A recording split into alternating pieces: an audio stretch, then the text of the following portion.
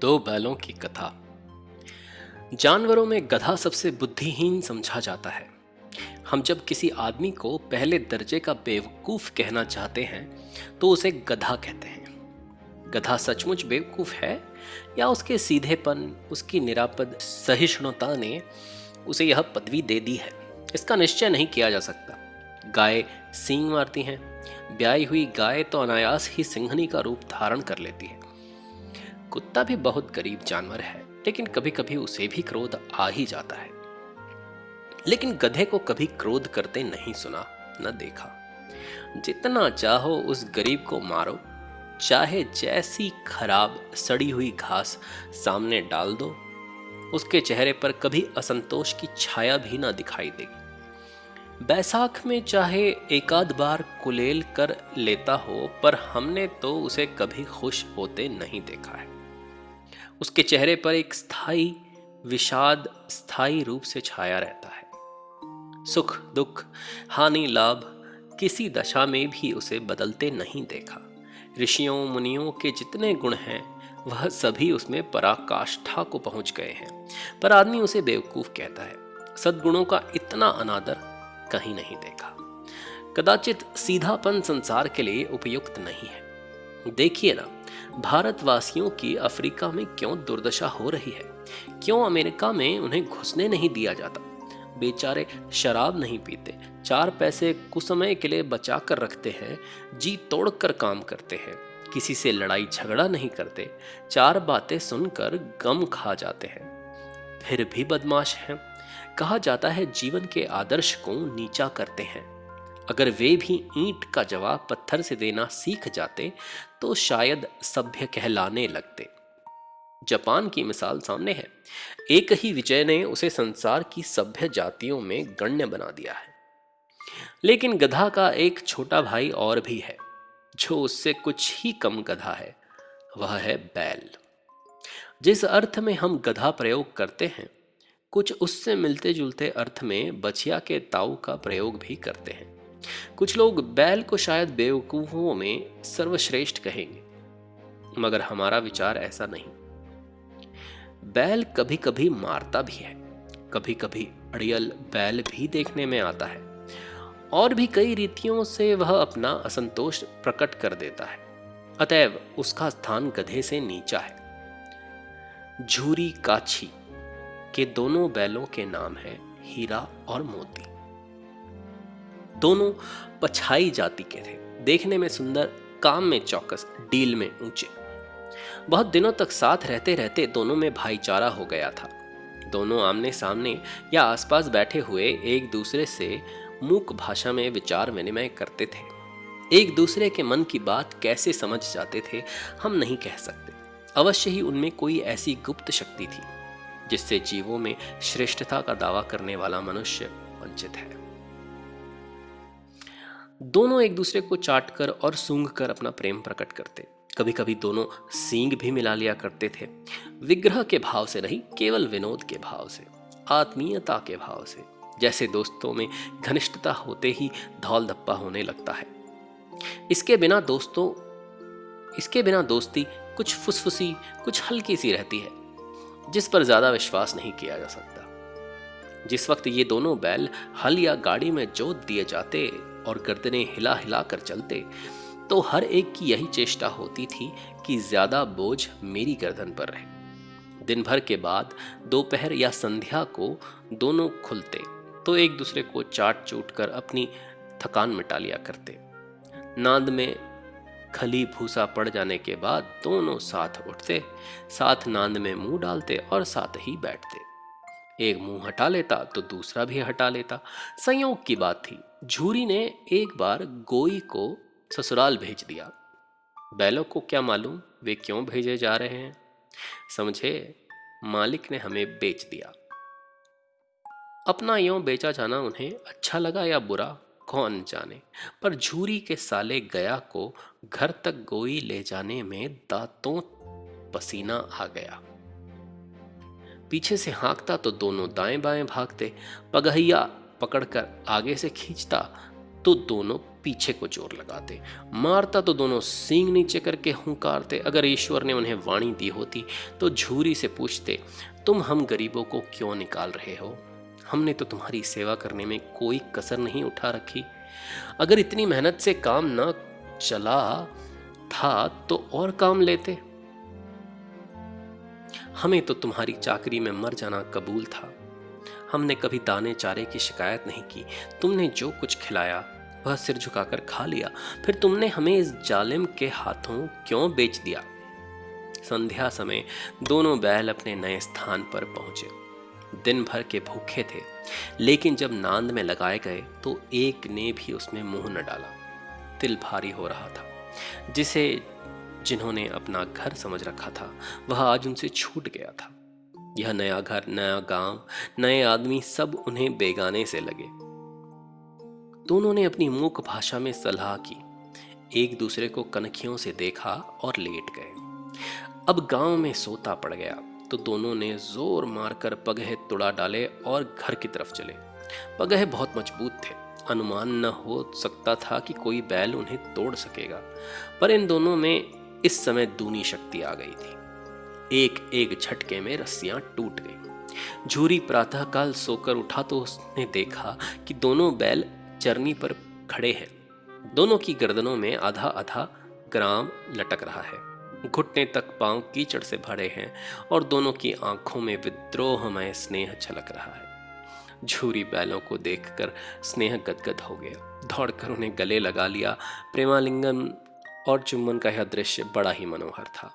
घर और गांव के लड़के जमा हो गए और थालियां बजा बजा कर उनका स्वागत करने लगे।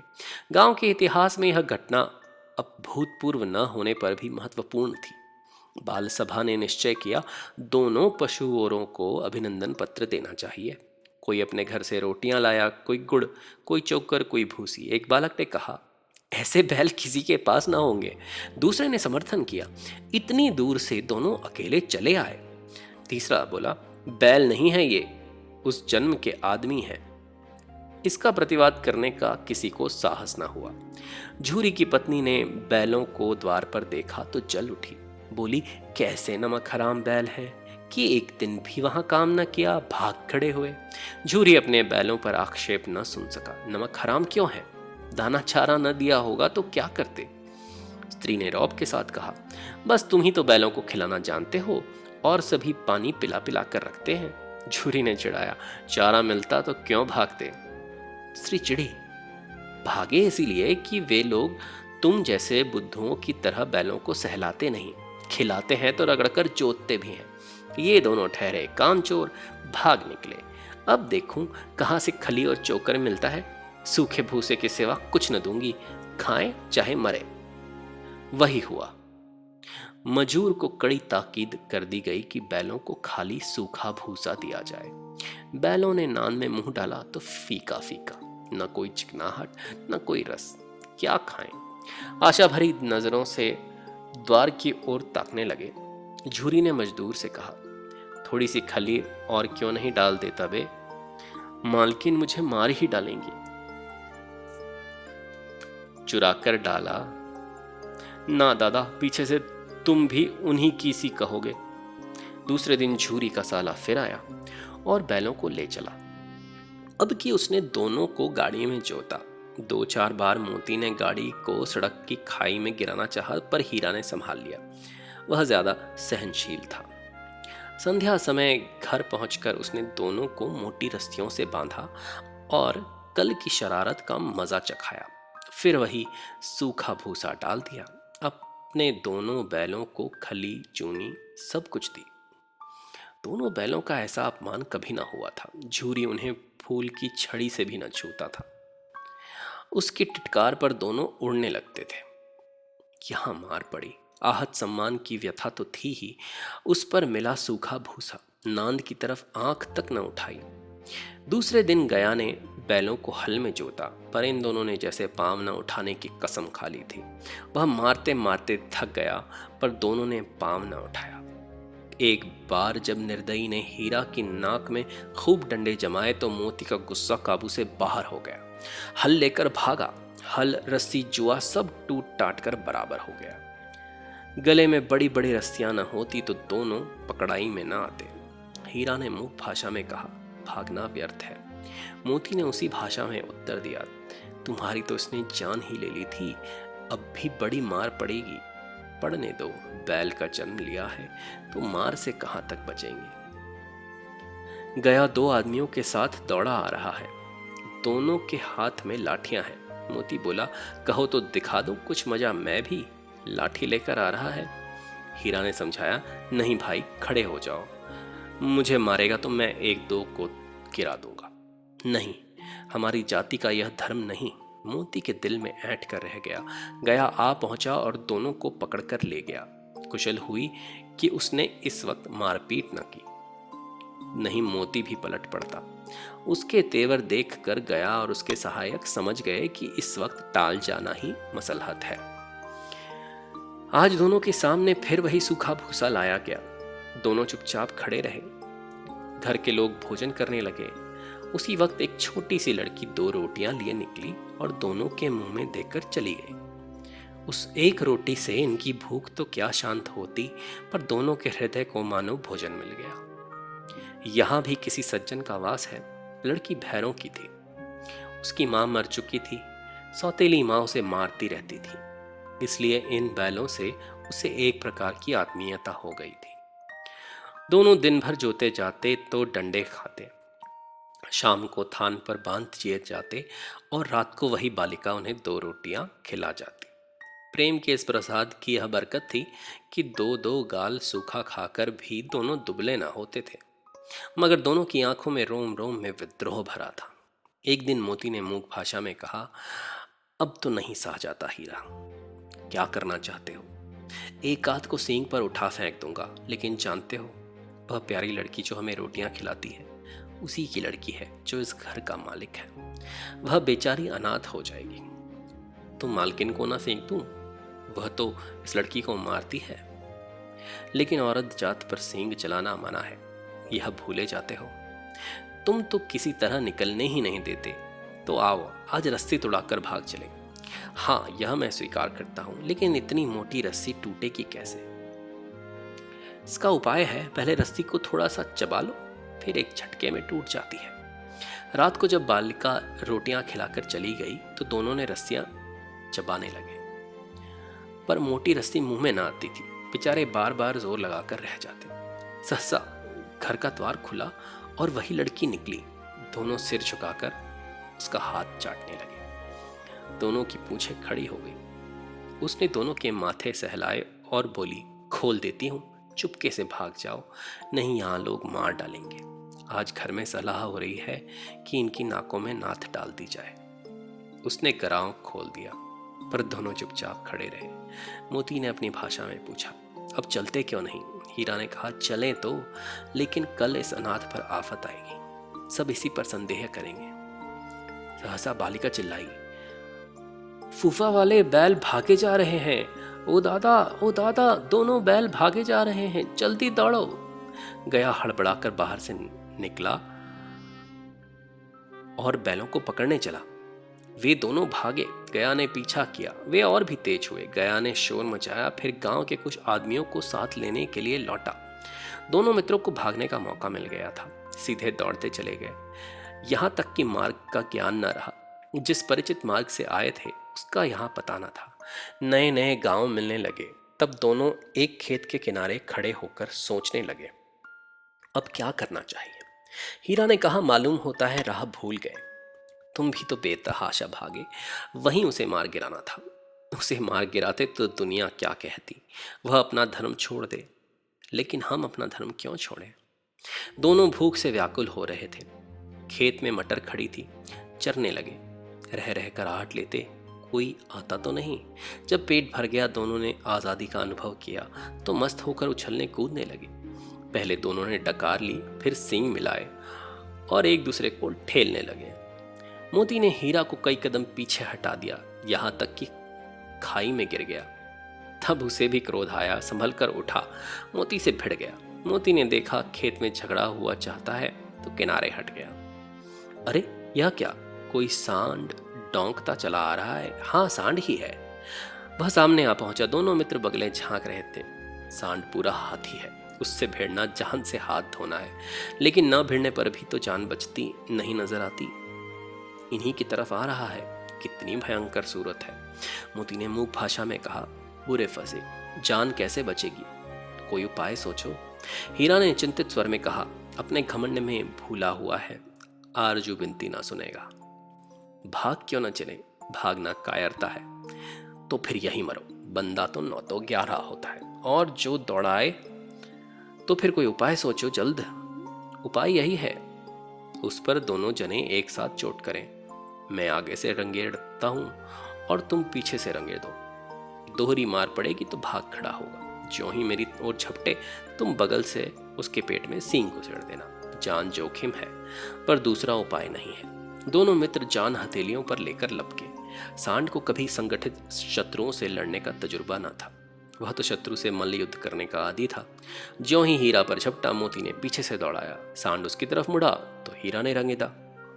सांड चाहता था कि एक एक करके दोनों को गिरा ले, पर ये दोनों उस्ताद थे, उसे यह अवसर न देते। एक बार सांड झल्लाकर हीरा का अंत करने के लिए चला कि मोती ने बगल से आकर उसके पेट में सींग भोंक दिया। सांड क्रोध में आकर पीछे फिरा तो मोती ने दूसरे पहलू में सींग चुभो दिया। आखिर बेचारा जख्मी होकर भागा और दोनों ने दूर तक उसका पीछा किया, यहां तक कि सांड बेदम होकर गिर पड़ा। तब दोनों ने उसे छोड़ दिया। दोनों मित्र विजय के नशे में झूमते चले जा रहे थे।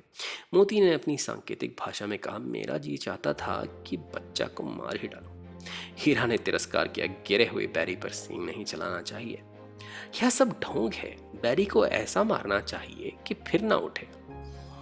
अब घर कैसे पहुंचेंगे यह सोचो, पहले हम कुछ खा लें तब सोचेंगे। सामने मटर का खेत था, मोती उसमें घुस गया।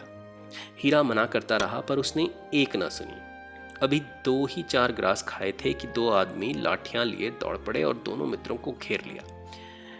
हीरा मेड़ पर था, निकल गया। मोती सींचे हुए खेत में था, उसके खुर कीचड़ में धंसने लगे, भाग न सका। पकड़ लिया। हीरा ने देखा संगी संकट में है, लौटा पड़ा।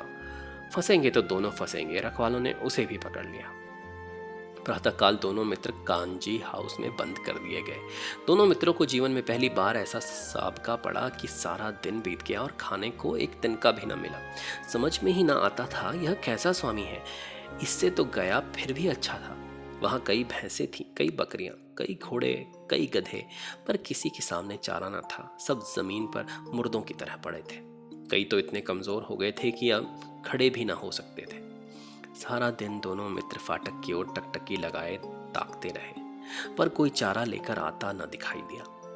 तब दोनों ने दीवार की नमकीन मिट्टी चाटनी शुरू की, पर इससे क्या तृप्ति होती। रात को भी कुछ भोजन न मिला तो हीरा के दिल में विद्रोह की ज्वाला दहक उठी। मोती से बोला, अब तो नहीं रहा चाहता मोती।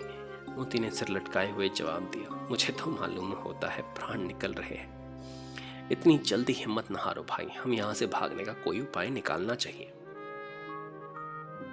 आओ दीवार तोड़ डालें। मुझसे तो अब कुछ ना होगा। बस इसी बूते पर अकड़ते थे, सारी अकड़ निकल गई। बाड़े की दीवार कच्ची थी, हीरा मजबूत तो था ही। उसने नुकीले सींग दीवार में गड़ा दिए और जोर मारा तो मिट्टी का एक पत्तड़ निकल आया। फिर तो उसका साहस बढ़ा। उसने दौड़ दौड़ कर दीवार पर चोटें की और हर चोट में थोड़ी थोड़ी मिट्टी गिराने लगा। उसी समय कांजी हाउस का चौकीदार लालटेन लेकर जानवरों की हाजिरी लेने आ निकला। हीरा का यह उज्जटपन देखकर उसने उसे कई डंडे रसीद किए और मोटी सी रस्सी से बांध दिया। मोती ने पड़े पड़े कहा, आखिर मार खाई, क्या मिला? अपने बूते भर जोर तो मार लिया। ऐसा जोर मारना किस काम का कि और बंधन में पड़ गए। जोर तो मारता ही जाऊंगा, चाहे कितने ही बंधन पड़ते जाएं। जान से हाथ धोना पड़ेगा, कुछ परवाह नहीं, यूं भी तो मरना ही है। सोचो, दीवार खुद जाती तो कितनी जानें बच जाती। इतने भाई यहाँ बंद है, किसी की देह में जान नहीं है। 2-4 दिन और यही हाल रहा तो सब मर जाएंगे। हाँ, यह बात तो है। अच्छा तो लो, फिर मैं जोर लगाता हूँ। मोती ने भी दीवार में उसी जगह सींग मारा। थोड़ी सी मिट्टी गिरी और हिम्मत बढ़ी। फिर तो वह दीवार में सींग लगाकर इस तरह जोर करने लगा कि मानो किसी द्वंद्वी से लड़ रहा है। आखिर कोई 2 घंटे की जोर आजमाई के बाद दीवार ऊपर से लगभग 1 हाथ गिर गई। उसने दूनी शक्ति से धक्का मारा तो आधी दीवार गिर पड़ी। दीवार का गिरना था कि अधमरे से पड़े हुए सभी जानवर चेत उठे। तीनों घोड़ियां सरपट भाग निकली, फिर बकरियां निकली, इसके बाद भैंसें भी खिसक गई, पर गधे अभी तक ज्यों के त्यों पड़े थे। हीरा ने पूछा, तुम क्यों नहीं भाग जाते? एक गधे ने कहा, जो फिर पकड़ लिए जाए तो क्या हर्ज है, अभी तो भागने का अवसर है। हमें तो डर लगता है, हम यहीं पड़े रहेंगे। आधी रात से ऊपर आ चुकी थी। दोनों गधे अभी तक खड़े सोच रहे थे, भागे या ना भागे। और मोती अपने मित्र की रस्सी तोड़ने में लगा हुआ था। जब वह हार गया तो हीरा ने कहा, तुम चाहो मुझे यहीं पड़ा रहने दो, शायद कहीं भेंट हो जाए। मोती ने आंखों में आंसू लाकर कहा, तुम मुझे इतना स्वार्थी समझते हो हीरा? हम और तुम इतने दिन एक साथ रहे, आज तुम विपत्ति में पड़ गए तो मैं तुम्हें छोड़कर अलग हो जाऊं? हीरा ने कहा, बहुत मार पड़ेगी, लोग समझ जाएंगे यह तुम्हारी शरारत है। मोती गर्व से बोला, जिस अपराध के लिए तुम्हारे गले में बंधन पड़ा, उसके लिए अगर मुझे मार पड़े तो क्या चिंता। इतना तो हो ही गया कि मैं 9-10 प्राणियों की जान बच गई। वे सब तो आशीर्वाद देंगे। यह कहते हुए मोती ने अपने दोनों गधों को सींग से मार मार कर बाड़े से बाहर निकाला और तब अपने बंधु के पास आकर सो रहा। भोर होते ही मुंशी और चौकीदार और अन्य कर्मचारियों में कैसी खलबली मची, इसके लिखने की जरूरत नहीं। बस इतना ही काफी है कि मोती की खूब मरम्मत हुई और उसे भी मोटी रस्सी से बांध दिया गया। एक सप्ताह तक दोनों मित्र वहां बंधे पड़े रहे। किसी ने चारे का एक तृण भी न डाला। हाँ, एक बार पानी दिखा दिया जाता था, यही उनका आधार था। दोनों इतने दुर्बल हो गए थे कि उठा तक न जाता था। ठठरियां निकल आई थी। एक दिन बाड़े के सामने डुग्गी बजने लगी और दोपहर होते होते वहां 50-60 आदमी जमा हो गए। तब दोनों मित्र निकाले गए और उनकी देखभाल होने लगी। लोग आ कर उनकी सूरत देखते और मन फीका करके चले जाते। ऐसे मृतक बैलों को आखिर कौन खरीदेगा? सहसा एक दढ़ियल आदमी, जिसकी आंखें लाल थीं और मुद्रा अत्यंत कठोर, आया और दोनों मित्रों के कूल्हों में उंगली गोद कर मुंशी जी से बातें करने लगा। उसका चेहरा देखकर अंतर्ज्ञान से दोनों मित्र के दिल कांप उठे। वह कौन है और उन्हें क्यों टटोल रहा है, इस विषय में उन्हें संदेह ना हुआ। दोनों ने एक दूसरे को भीत नेत्रों से देखा और सिर झुका लिया। हीरा ने कहा, गया के घर से नाहक भागे, अब जान ना बचेगी। मोती ने अश्रद्धा के भाव से उत्तर दिया, कहते हैं भगवान सबके ऊपर दया करते हैं, उन्हें हमारे ऊपर क्यों दया नहीं आती? भगवान के लिए हमारा जीना मरना दोनों बराबर है। चलो अच्छा ही है, कुछ दिन उनके पास तो रहेंगे। एक बार भगवान ने उस लड़की के रूप में हमें बचाया था, क्या अब न बचाएंगे? यह आदमी छुरी चलाएगा, देख लेना।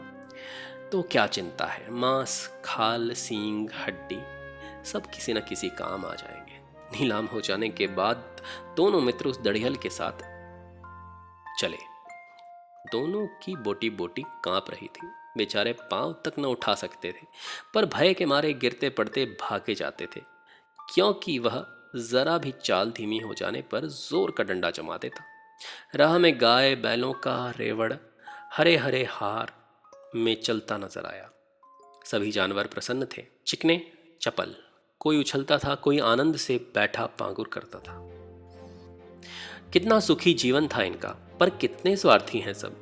किसी को चिंता नहीं कि उनके दो भाई वधिक के हाथों पड़े हैं, कैसे दुखी हैं। सहसा दोनों को ऐसा मालूम हुआ यह परिचित राह है। हाँ, इसी रास्ते से गया उन्हें ले गया था। वही खेत, वही बाग, वही गांव मिलने लगे। प्रतिक्षण उनकी चाल तेज होने लगी। सारी थकान, सारी दुर्बलता गायब हो गई। आहा, यह लो, अपना ही हार आ गया। इसी कुएं पर हम पुर चलाने आया करते थे। हाँ, यही कुआं है। मोती ने कहा, हमारा घर नगीच आ गया है। हीरा बोला, भगवान की दया है, मैं तो अब घर भागता हूँ। यह जाने देगा, इसे मार गिराता हूँ।